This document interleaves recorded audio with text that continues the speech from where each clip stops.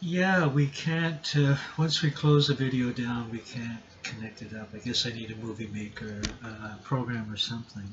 But the idea that I had that I forgot last time had the whole idea of, was about the whole idea of the politics of funding, the requirements of funding, and so forth, the requirements of delegation of children and family services here in BC.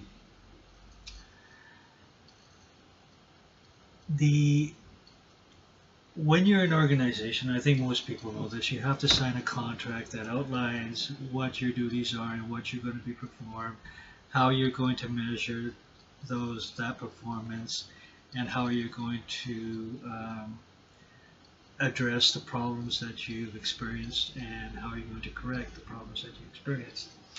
Um, there's two issues here. One is the mindset of the government, because the government doesn't want to meet, is not necessarily interested in the welfare of Aboriginal people. It wants to meet government targets that are set politically by the Prime Minister and Cabinet, or Premier and Cabinet, and so forth. And it's all about getting elected and power and all of that stuff. So it's so guided by that process that it's not actually meeting um, a lot of the real subtle needs within the community, because the power of the community to plan for itself is not here, it's not there. Um, and then the second aspect to that is a self-critical view of our own people, and that is the bureaucrats of our community, the service delivery guys, the service delivery thinkers, the pragmatists who say, yeah, we know we're selling out some, no, sorry, we are putting aside some Aboriginal values in order to get this because that's important. We need money, we need resources, we need that in order to provide a service. But isn't there anything else we can give up other than our tradition and our values? And in fact, I think the majority of negotiations and negotiators are saying more and more now that no, the traditions are the basis, the foundation of any kind of social program, social delivery that we need to deliver to our communities. And governments, and more, I think, as there's new generations of bureaucrats, or public servants, sorry, that there's a bit of a, it's coming together a little bit more. But yet the dynamics are the young public servants are still ensuring the interests of the system, and the young Aboriginal leaders are still required to compromise.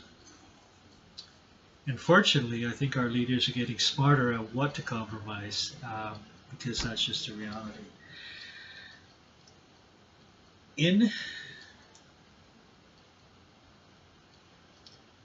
There are delegated services where there is block funding, and that does provide a bit of a freedom for Native communities to plan. And in my worldview, that is enough evidence that we need to be expanding the idea of Aboriginal people making decisions for Aboriginal people, with and for Aboriginal people. Otherwise, we get to the second phenomenon, which is white bureaucrats in Indigenous faces, Indigenous masks.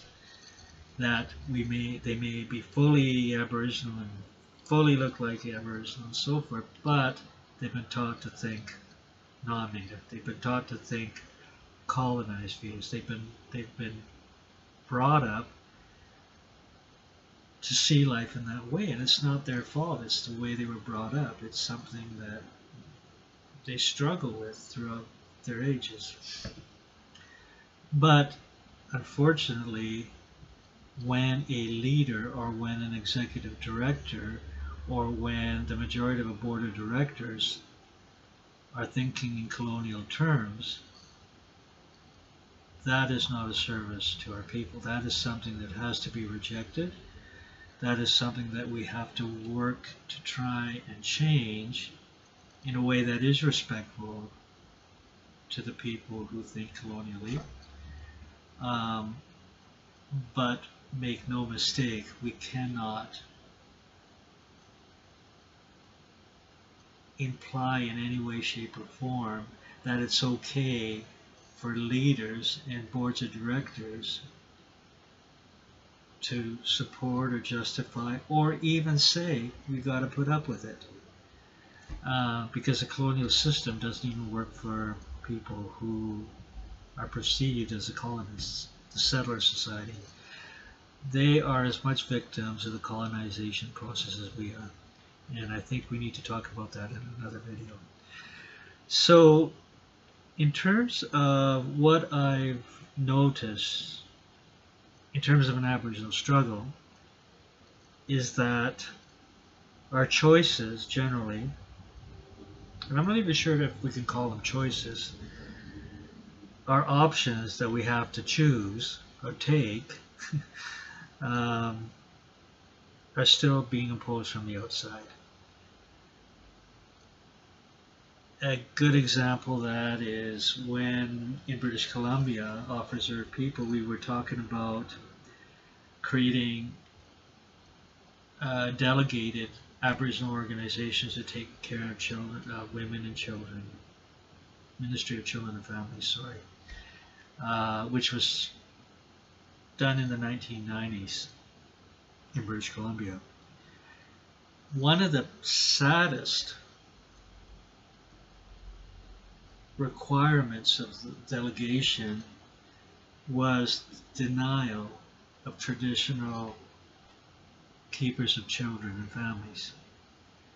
If these women who have taken care in good ways, in culturally consistent ways, for 20, 30 years, they were booted out. Same with the men. They were booted out if they did not have a friggin' degree. And what's a degree? A degree in social science. A Bachelor of Social Work. Have you looked at the curriculum of social work programs?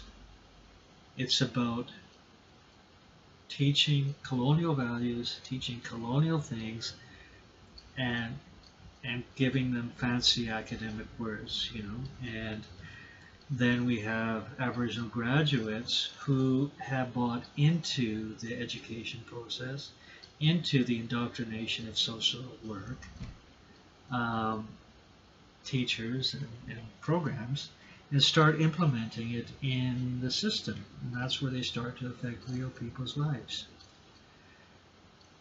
It's an incredibly complex problem, but the role of Western education, or the role of mainstream education, the role of social science in program design, and when I say program design, the role of social science in terms of the foundational building blocks of a program are not necessarily native. And we haven't really addressed the destructive nature of Western or mainstream education on the lives of Aboriginal people, and the delusion that it's creating with, I'm going to say this, a lot of younger graduates who go to Indigenous studies, who go to social work, who come out of the system parroting as parrots. They open their mouth and you can hear the professor. They open their mouth and you can hear colonial values.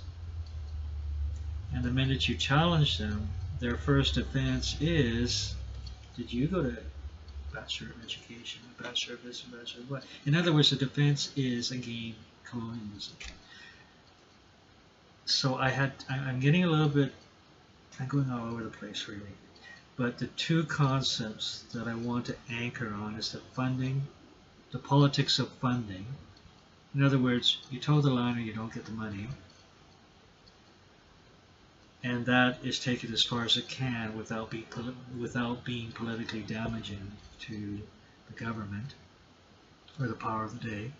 And our own people who, through no fault of their own, through good intention, and through well-meaning ideas are perpetuating colonial ideas as the foundation, as a justification of service delivery programs, education programs, things like that that are meant to build capacity in our community. It is the back door to cultural genocide.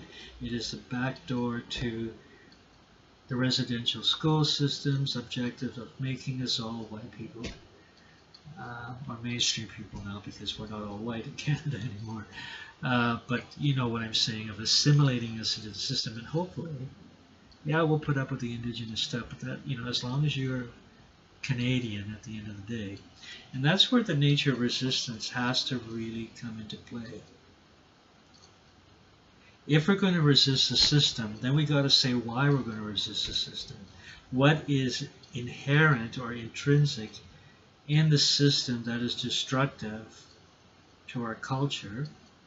How is that carried out nowadays? And I think it's carried out through Chief and Council, Indian Act, the way we philosophically position our social services, the money choices that the band councils are forced to take by government that support assimilation goals as opposed to advocate goals or activist goals or goals that protect the land or goals that give voice to the voiceless in our communities.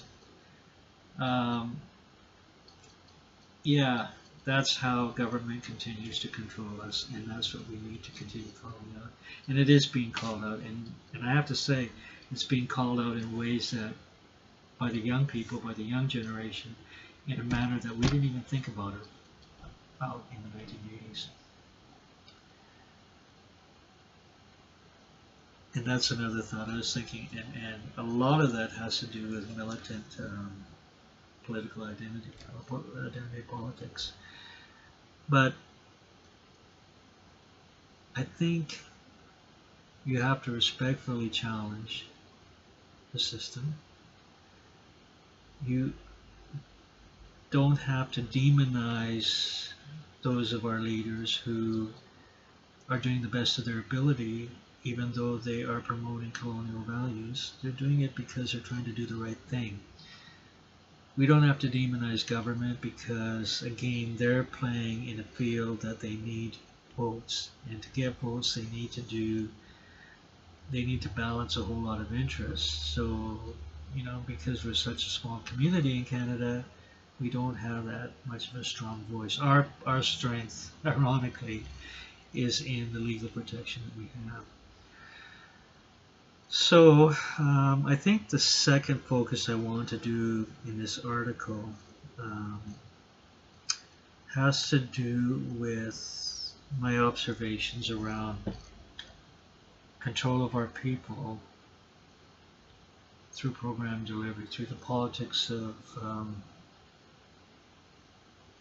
program delivery, to the choices that our leaders or, you know, our service providers in our on and off reserve communities that they're forced to take.